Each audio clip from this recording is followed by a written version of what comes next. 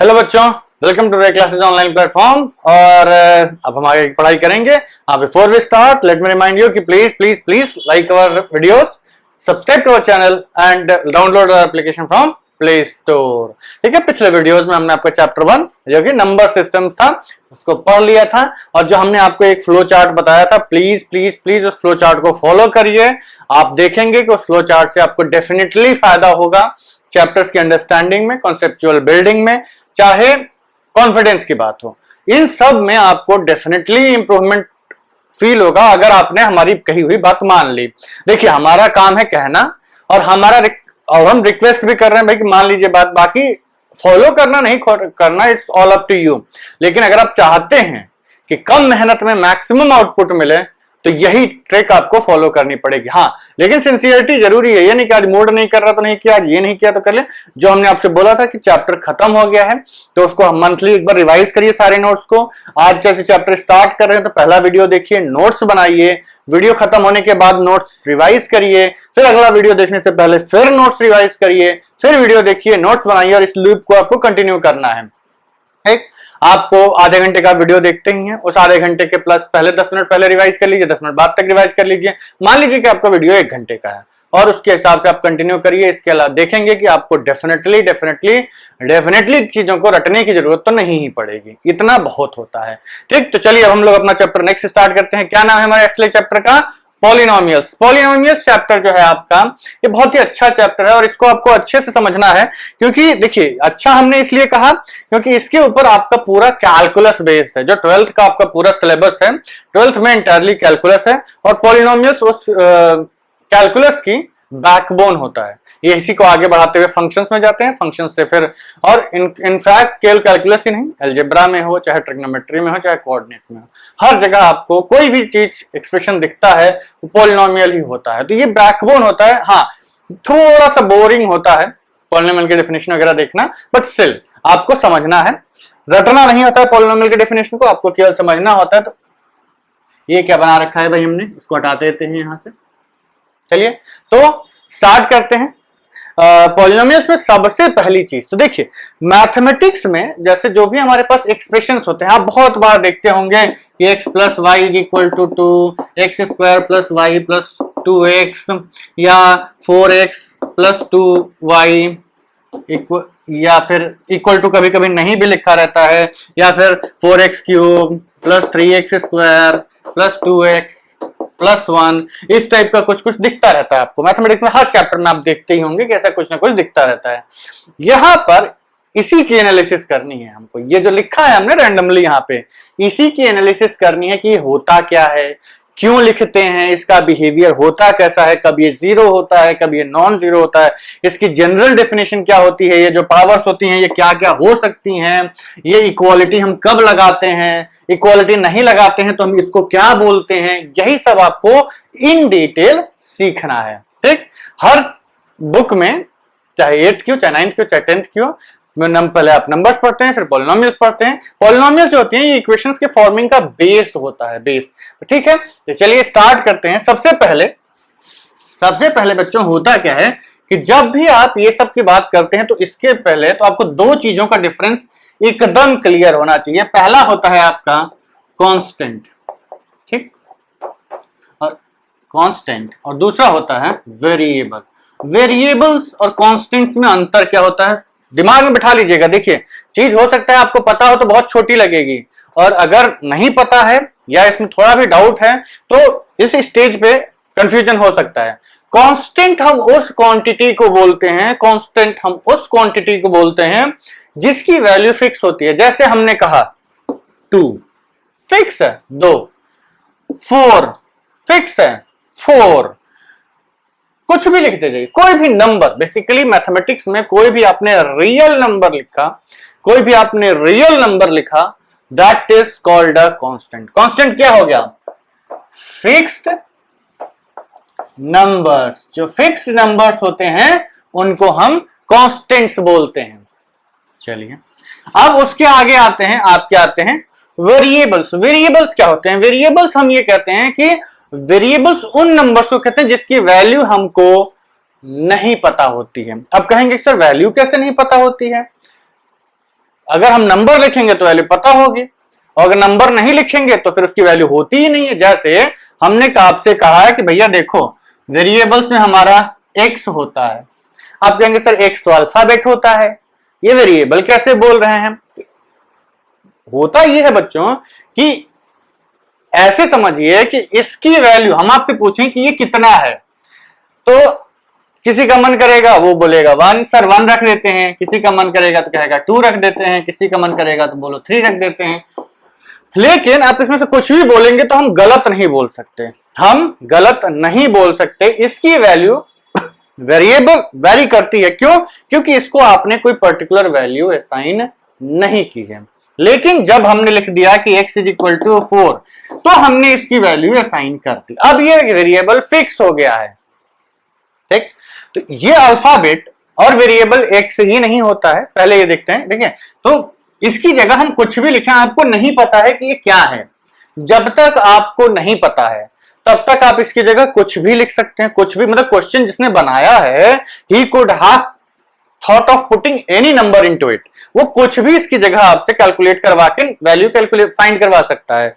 तो जो आपका वेरिएबल होता है इसकी वैल्यू क्वेश्चन बनाने वाले को पता होती है क्या है, क्वेश्चन बनाने वाले को इसका बिहेवियर भी पता होता है।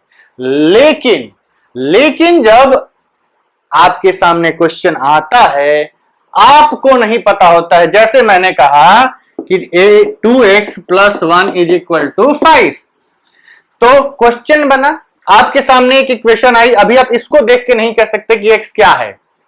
ठीक, x क्या है? x वेरिएबल है। अब इसको करने के बहुत सारे तरीके होते हैं। चलिए, हमने कहा भाई आप x की जगह 1 पुट कर दीजिए, तो x को अगर हमने 1 लिया तो क्या बना? 2 + 1 3, जो कि 5 के इक्वल नहीं है, गलत हो गया। फिर हमने कहा चलिए x की जगह 2 लेते हैं, तो 2 लिया तो 2 × 2 4 + 1 = 5, ये सही हो गया। फिर आपने x की जगह हमने कहा कि 3 लेके भी देख लेते हैं, 3 लिया तो 6 + 1 = 7 हो गया, ये भी गलत हो गया।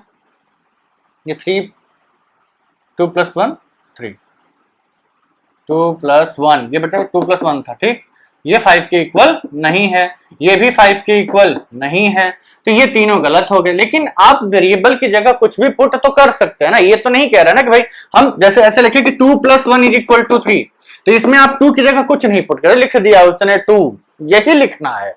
लेकिन जब आपने 2x + 1 लिखा तो x तो हमें नहीं पता, तो x क्या होगा?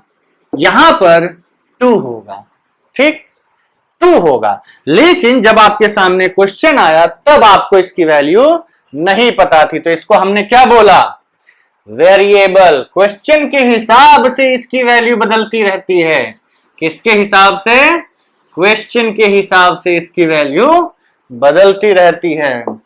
Value is not fixed, is calculated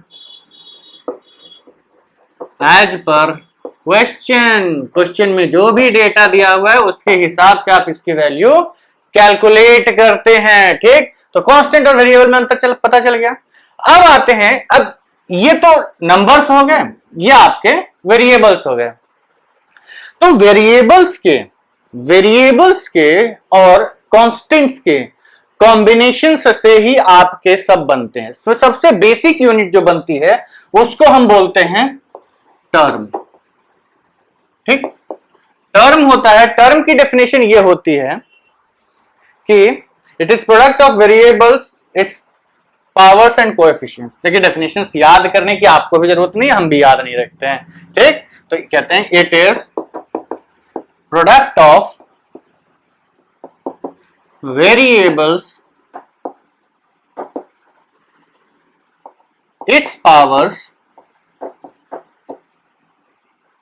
and coefficients. अब कोएफिशिएंट्स क्या होते हैं हम आपको बताते हैं, लेकिन पहले देखिए टर्म क्या होता है। जैसे आपको एक वेरिएबल मिला, एक कांस्टेंट मिला, इन दोनों को आप मल्टीप्लाई कर दीजिए।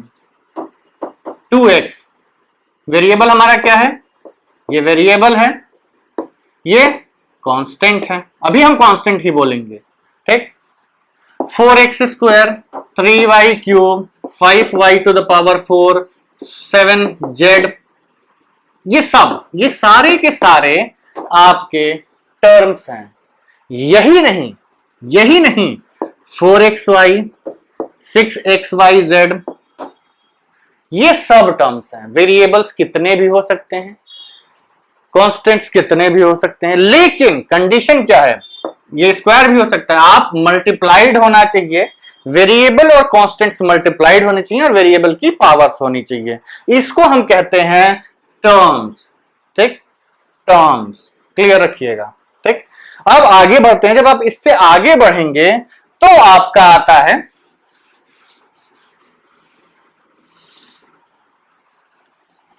अब देखिए यहां पर उसने पावर्स पे कोई कंडीशन नहीं लगाई, उसने बोला इट्स पावर्स, इट्स पावर्स। ये भी कह सकते हैं कि 7√x, ये भी एक टर्म है, कोई दिक्कत नहीं है, बिल्कुल टर्म है। 5x√y, ये भी टर्म है, सब टर्म्स हैं। टर्म्स में पावर्स पे कोई रिस्ट्रिक्शन नहीं है।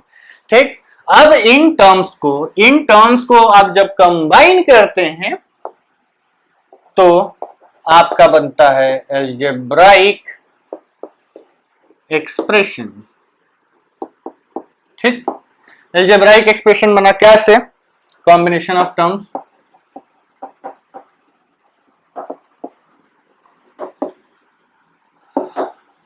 बच्चों हम आपको बता दें, आप लोग बार बार आप लोगों का ध्यान जा रहा है सर के बाल बड़े हो गए, बाल बड़े। देखिए बच्चों, ये हमारी मजबूरी है, कोरोना पैंडेमिक की वजह से, कोविड-19 की वजह से ये सब लॉकडाउन है, बाल कटवा नहीं पा रहे हैं। ऐसा नहीं कि हमने शौकिया बढ़ा रखे हैं। So please you can tolerate me for this some time.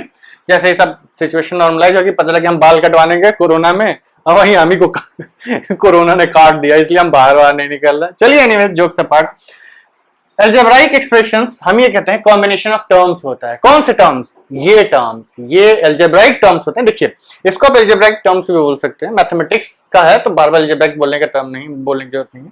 तो कॉम्बिनेशन ऑफ अलजेब्राइक टर्म्स किससे, using plus and minus, mathematical operators और मैथमेटिकल ऑपरेटर्स बच्चों आपके पास 4 होते हैं और 4 के आगे चल के बहुत सारे बनेंगे, लेकिन फिलहाल आपके लिए पास 4 मैथमेटिकल ऑपरेटर्स होते हैं। कौन कौन से, plus, minus, multiplication and division. इनको मैथमेटिकल ऑपरेटर्स इसलिए बोला जाता है कि इनको यूज करके हम अपने मैथमेटिकल ऑपरेशंस करते हैं। जैसे मल्टीप्लाई करना हो तो मल्टीप्लिकेशन, ये मैथमेटिकल ऑपरेटर हो गया। ऐड करना हुआ तो मैथमेटिकल ऑपरेटर यूज करते हैं। तो these 4 are basic mathematical operators used in mathematics. ठीक, तो इनके कॉम्बिनेशन से जब आप टर्म्स को कंबाइन करते हैं तो एक अलजेब्राइक एक्सप्रेशन क्रिएट होता है। जैसे 5x² + 3x + 2, ये एक अलजेब्राइक एक्सप्रेशन का एग्जाम्पल है। 4xy + 2x + 3, another example of algebraic expression। 4√x + 3√y + √xy, another example of algebraic expressions। ठीक, तो ये सारे आपके algebraic expressions होते हैं कि जो आपने बोला कि कोएफिशिएंट्स की जो वेरिएबल्स होती हैं, इसकी पावर्स होती हैं, अभी तक इस पे कोई भी रिस्ट्रिक्शन नहीं लगाई गई है, अभी तक इस पर कोई भी रिस्ट्रिक्शन नहीं लगाई गई है। ये अलजेब्रा, देखिए आपके पास स्पेस काफी होगा, हम जो एग्जांपल्स लिखवा रहे हैं आप इनके बीच में लिख के छोड़ते जाइएगा। ऐसा नहीं कि हम मिटा दे रहे हैं तो आप कहेंगे सर तो मिटा ही दे रहे हैं, what is the need to write it down. लेकिन आपको ऐसा नहीं करना, be a smart boy, smart girl and write down everything which I am telling you. Point number 5। Point number 5 आता है आपका कोएफिशिएंट्स। ठीक, कोएफिशिएंट्स ये आगे चल के आपको काफी परेशान करने वाला है। ये आपको उतना नहीं परेशान करेगा, एकदम बेसिक चीज है, ये तीनों तो एकदम बेसिक है। वेरिएबल क्या होता है, कांस्टेंट क्या होता है और टर्म क्या होता है। Algebraic expressions it is a set, जैसे आप अगर कहें तो टर्म होता है। ठीक, चलिए हम बाद में आपको ये क्लासिक फिक्सेशन बता देंगे कि कौन सा सेट किसको कंटेन करता है। कोएफिशिएंट्स हम जब इसको बेसिकली ऐसे लिखा जा सकता है कि नंबर, देखिए कोई प्रॉपर डेफिनेशन नहीं है, हम ये कहते हैं कि नंबर और constant multiplied to a variable. Multiplied का मतलब डिवाइडेड भी होता है। कैसे? x बाई 2 है, कोएफिशिएंट क्या होगा? 1 by 2 is multiplied to x, तो कोएफिशिएंट इज 1 बाई 2। ठीक, तो हम ये कहते हैं कि नंबर्स और constant multiplied to a variable और वेरिएबल्स, बहुत सारे वेरिएबल्स का भी मल्टीप्लाइड क्या हो, variables is called its coefficient, इसका कोएफिशिएंट बोला जाता है। कैसे? 2x स्क्वायर ये आपका कोएफिशिएंट है, हम केवल c लिख रहे हैं, c means coefficients. 4xy variable क्या है? xy, दोनों वेरिएबल्स हैं, जो नंबर मल्टीप्लाइड है वो हमारा कोएफिशिएंट हो जाता है। 1 by 2 x cube y z square, ये आपका कोएफिशिएंट क्या? 1 by 2। Minus 4 by 3 x square y, coefficient क्या? Minus 4 by 3। Pi x square, coefficient क्या? पाई। इरेशनल है, डजंट मैटर। कोई रिस्ट्रिक्शन लगाई है क्या? नहीं, अभी तक तो कोई रिस्ट्रिक्शन नहीं लगाई है, तो कोई दिक्कत नहीं है भाई, कुछ भी लिखे। रूट 2x स्क्वायर, क्या कोई रिस्ट्रिक्शन है? नहीं, रूट 2 इज दी कोएफिशिएंट। इसी तरीके से आप कोई भी नंबर, जो भी टर्म आपके सामने आता है, माइनस के साथ आएगा, जैसे ये मान लीजिए यहां माइनस पाई होता, तो minus pi is the coefficient with sign आपको लेना है, प्लस पाई और माइनस पाई। प्लस हम लोग जनरली लिखते नहीं है, माइनस हम लोगों को लिखना मजबूरी होता है।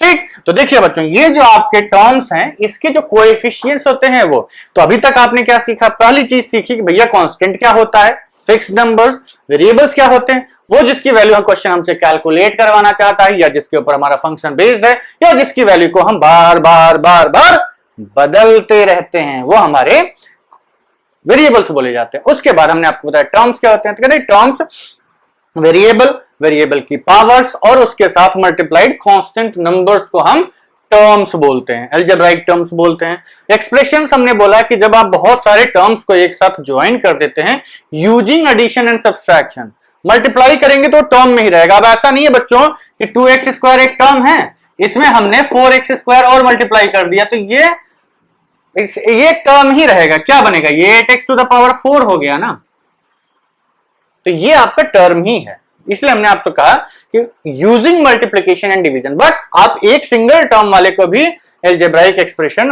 बोल सकते हैं, कोई नहीं मना करेगा कि ये भी एक अलजेब्राइक एक्सप्रेशन ही लिखा हुआ है, कोई दिक्कत नहीं है।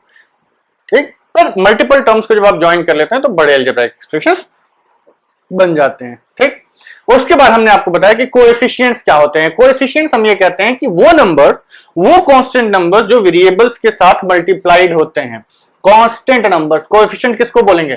Constant numbers. इंपॉर्टेंट क्या है? विद साइन, केवल नंबर नहीं लेना है। Minus half is a different number than half. Coefficient आप हाफ लिखेंगे या माइनस हाफ, दोनों अलग है, तो कोएफिशिएंट आप रिपोर्ट क्या करते हैं? ये एक नंबर है, minus half is a number, ये केवल हाफ नंबर नहीं है, माइनस हाफ नंबर है। Minus has got its own significance, आप उसकी सिग्निफिकेंस को इग्नोर नहीं कर सकते हैं। ठीक है बच्चों, give me some time, board पूरा भर चुका है, I will clear the board and write down the next concept. ठीक है बच्चों, तो देखिए पॉलिनोमियल्स जो अभी तक जिसकी हम बिल्डिंग ब्लॉक क्रिएट कर रहे थे, हम फाइनली उस पे पहुंच गए, उस टर्म पे कि what is a polynomial. Polynomial हम ये कहते हैं कि in mathematics a polynomial is N algebraic expression. ये एक्सप्रेशन लिखा गया है, लेकिन यहां पर अलजेब्राइक भी लिखा हुआ है। मैथमेटिक्स में एक्सप्रेशन का मतलब अलजेब्राइक एक्सप्रेशन ही होता है। तो in mathematics polynomial is an expression consisting of क्या? Variables important, coefficients important. मतलब कोएफिशिएंट्स का मतलब क्या हो? वेरिएबल्स में कुछ नंबर मल्टीप्लाइड होगा। that involves operation of addition, subtraction, multiplication।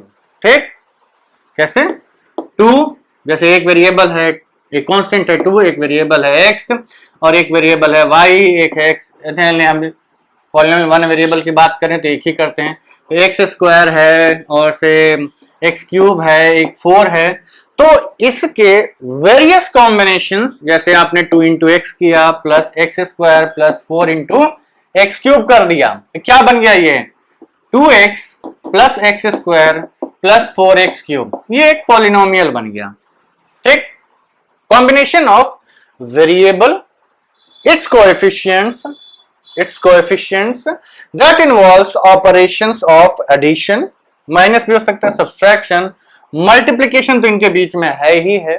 ठीक, and non negative integral power, सबसे important statement, non negative integral exponents, यही वो टर्म है, यही वो टर्म है पावर ऑफ वेरिएबल्स। कांस्टेंट की पावर का कोई मतलब नहीं होता है, क्योंकि जैसे 2 to the power 4 भी, देखिए अब ऐसा मत दिमाग में लगाइएगा कि हम बार बार वेरिएबल की पावर की बात कर रहे हैं तो कांस्टेंट की पावर की बात नहीं कर सकते। 2 स्क्वायर इंटू एक्स स्क्वायर, ये भी पॉलिनोमियल है भाई, क्यों, ये तो 4x स्क्वायर हो गया ना, तो इसको तो आप लिख ही सकते हैं, इधर you write it as this one और this one, both of them are same, tomato tomato, doesn't matter.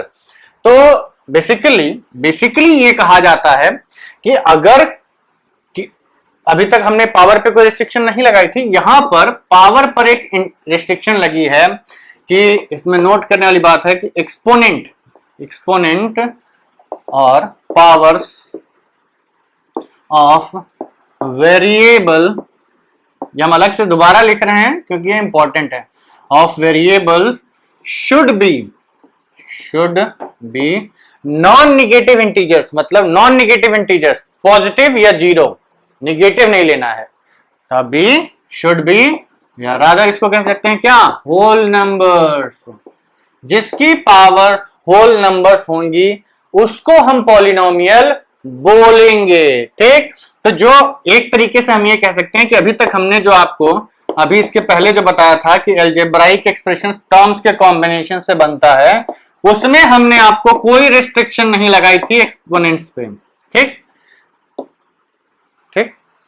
लेकिन इसमें से कुछ पार्ट ऐसा छांटा जाता है, जो कि अगर आप रैशनल पावर्स को हटा दें, फ्रैक्शनल पावर्स को हटा दें, इरेशनल पावर्स को हटा दें, नेगेटिव पावर्स को हटा दें, केवल पॉजिटिव होल नंबर्स की बात करें, तो वो जो बचते हैं expressions which contains only non negative integer exponents of variables, उनको हम पॉलिनोमियल्स बोलते हैं। ठीक, तो एक तरीके से हम कह सकते हैं कि अगर ये अलजेब्राइक एक्सप्रेशन है, ध्यान रखिएगा, इसी को हम क्लासिक फिक्सेशन बोलते हैं, अलजेब्राइक एक्सप्रेशंस है आपका ये, मतलब ये सर्किल के अंदर अगर आपने दुनिया के सारे अलजेब्राइक एक्सप्रेशंस लिख दिए तो हम कहेंगे कि इसमें एक छोटा सा पार्ट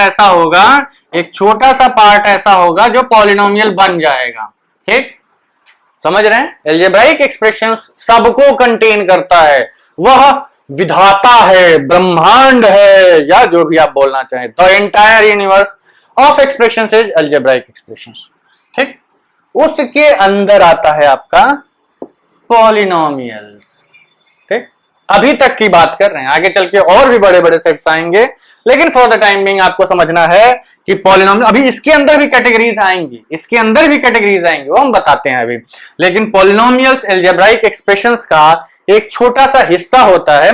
वो ये कहता है कि भाई अलजेब्राइक एक्सप्रेशंस में आप कुछ भी एक्सपोनेंट रख सकते हैं, वेरिएबल की आप कुछ भी पावर रख सकते हैं, लेकिन जब पॉलिनोमियल्स की बात आती है तो आप कोई भी एक्सपोनेंट नहीं रख सकते। ठीक, आपको एक्सपोनेंट रखने में केवल होल नंबर्स का यूज करना है, या in other words non negative integers का यूज करना है। ठीक है, तो आई होप कि इतना आपको क्लियर हो गया होगा।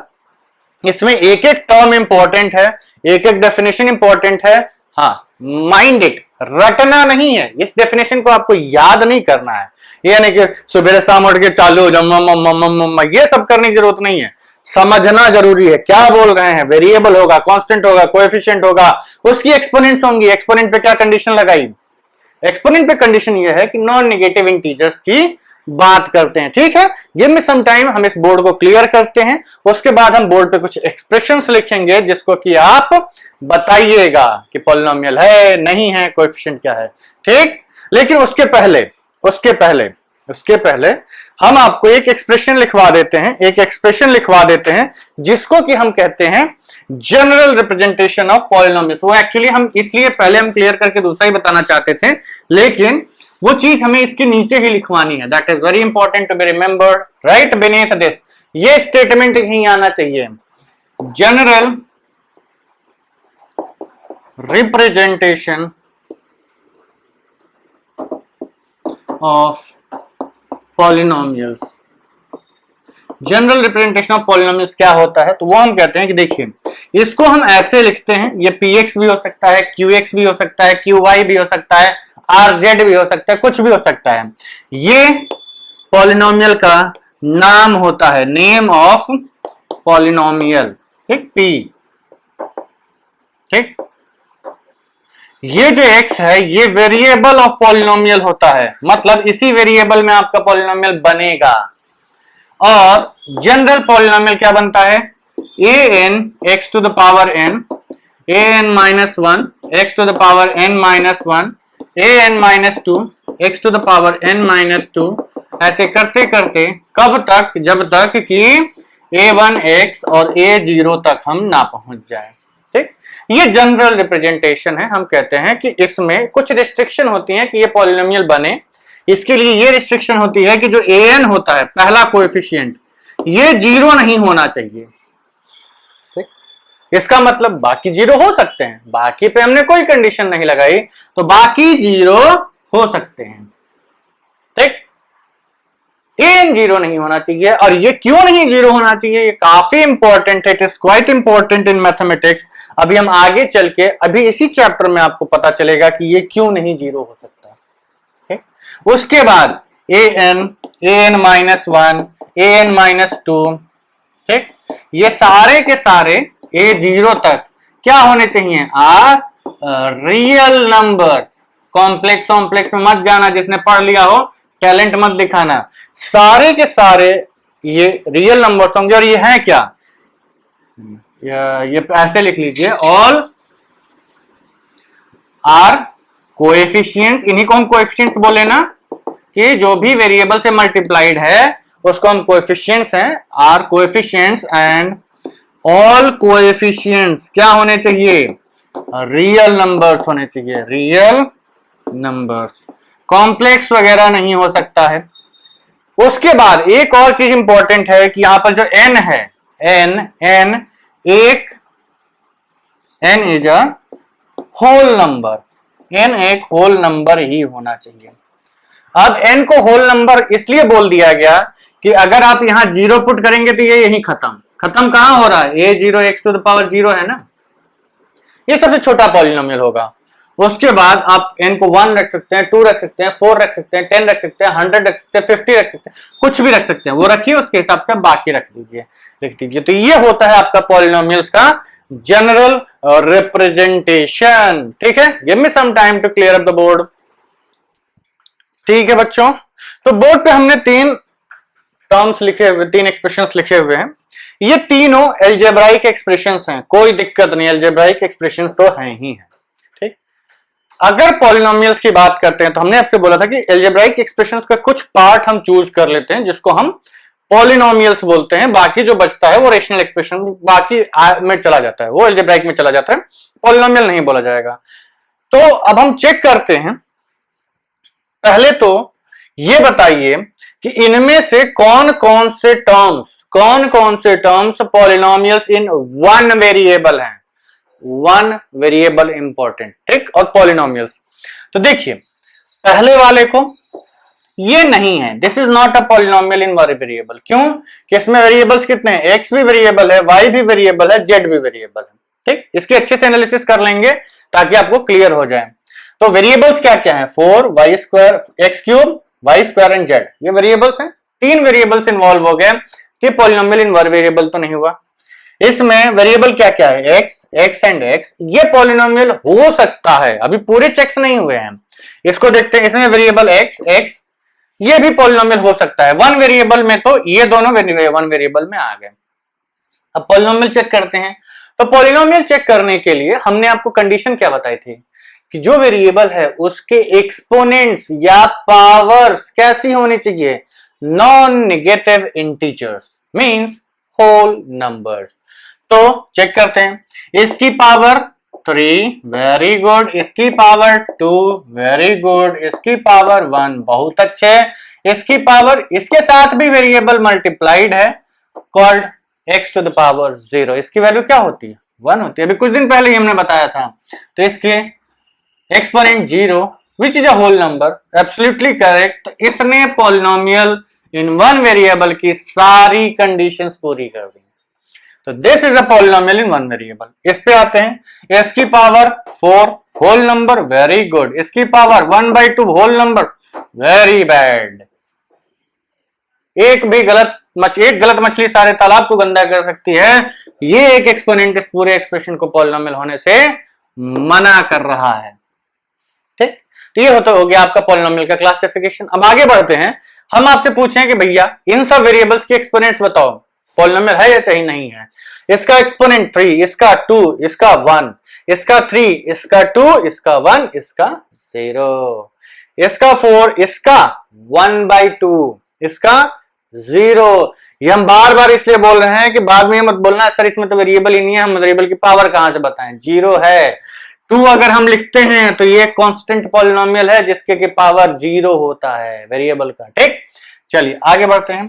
दूसरी चीज, कोएफिशिएंट्स की बात करें, इस टर्म में वेरिएबल का कोएफिशिएंट 4, समझिएगा, इस टर्म में वेरिएबल का कोएफिशिएंट 2, इस टर्म में वेरिएबल का coefficient 3, the number multiplied with the variable, the constant number which is multiplied with the variable is called the coefficient. ठीक, इसका 4, इसका 2, इसका 1, इसका 4, इसका 3, इसका 2।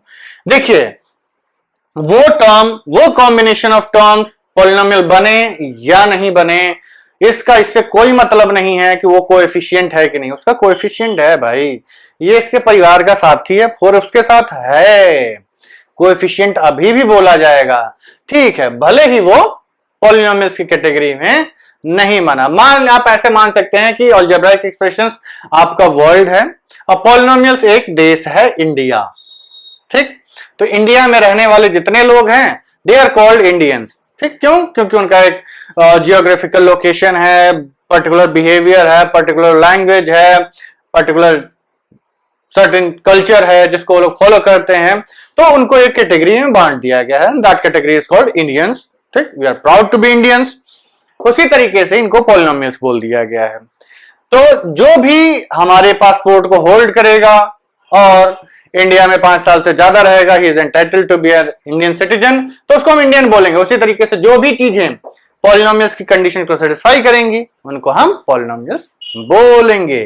ठीक है बच्चों, तो आई होप अभी इस वीडियो के लिए इतना काफी है। छोटे छोटे बच्चे हैं आप लोग, प्यारे प्यारे बच्चे हैं, कहीं ऐसा ना हो कि ज्यादा टेंशन देने से लोड ना बढ़ जाए। अभी पढ़िए, इसको रिवाइज करिए, नोट्स बनाइए, रिवाइज करिए, क्वेश्चंस लगाइए, और अगले वीडियो में हम कंटिन्यू। नहीं थके हुए तो अगला वीडियो साथ में देख लो। ठीक है, चलिए, thank you very much, bye bye.